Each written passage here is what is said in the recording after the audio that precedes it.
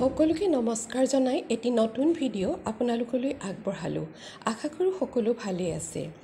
থাম্বনেইলখন দেখি আপোনালোকে নিশ্চয় ধৰিব পাৰিছে আজিৰ ভিডিঅ'টো মই কিহৰ ওপৰত প্ৰস্তুত কৰিছোঁ। আজিৰ ভিডিঅ'টো মই মৌৰ ওপৰত কৰিছোঁ। যেহেতু মই নিজে মৌ খাই ভাল পাওঁ বুলি এটা বস্তু খোৱাটো উচিত হয় নে নহয়, তাৰ কিমান উপকাৰিতা আছে, এইখিনি সদায় মই জানিবলৈ চেষ্টা কৰোঁ। আৰু মই যিখিনি জ্ঞান আহৰণ কৰিলোঁ সেই জ্ঞানখিনি আজি মই আপোনালোকৰ মাজত বিলাই দিবলৈ আগবাঢ়িছোঁ।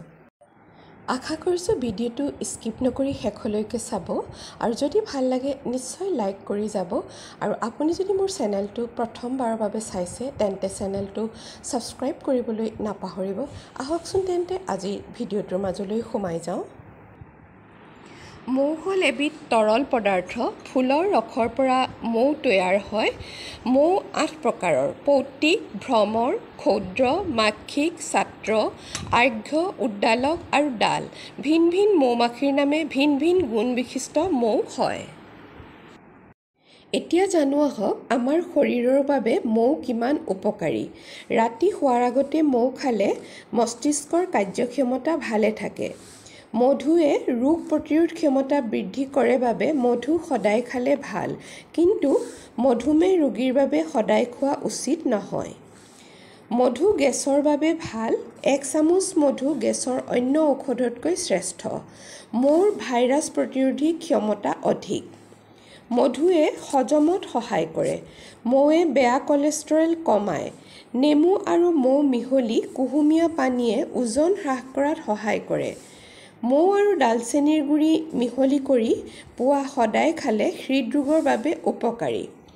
বিষৰ বাবেও ডালচেনি আৰু মৌৰ মিশ্ৰণ ভাল। মৌৱে ছাল মসৃণ আৰু উজ্জ্বল কৰে। ই কুষ্ঠ, অৰ্শ, ৰক্ত, পিত্ত, কফ আৰু যক্ষ্মা ৰোগত উপকাৰী।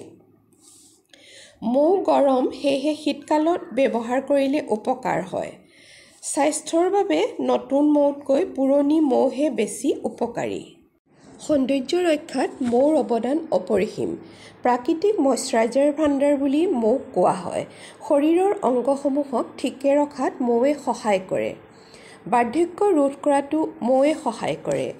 ক্লান্তিময় দিনৰ শেষত নিজকে নিষ্প্ৰভ যেন দেখিছে, তেতিয়াহ'লে পলম নকৰি এগিলাচ পানীত এচামুচ মৌ মিহলাই খাওক। মৌৱে আপোনাৰ ছালক অক্সিজেন যোগান ধৰিব। ওজন কমাব বিচৰাসকলেও পুৱা খালী পেটত কুহুমীয়া পানীত মৌ আৰু নেমুৰ ৰস মিহলাই খাব পাৰে। আজিৰ ভিডিঅ'টো ইমানেই। পুনৰ লগ পাম এটি নতুন ভিডিঅ'ৰ সৈতে। আজিলৈ আহোঁ।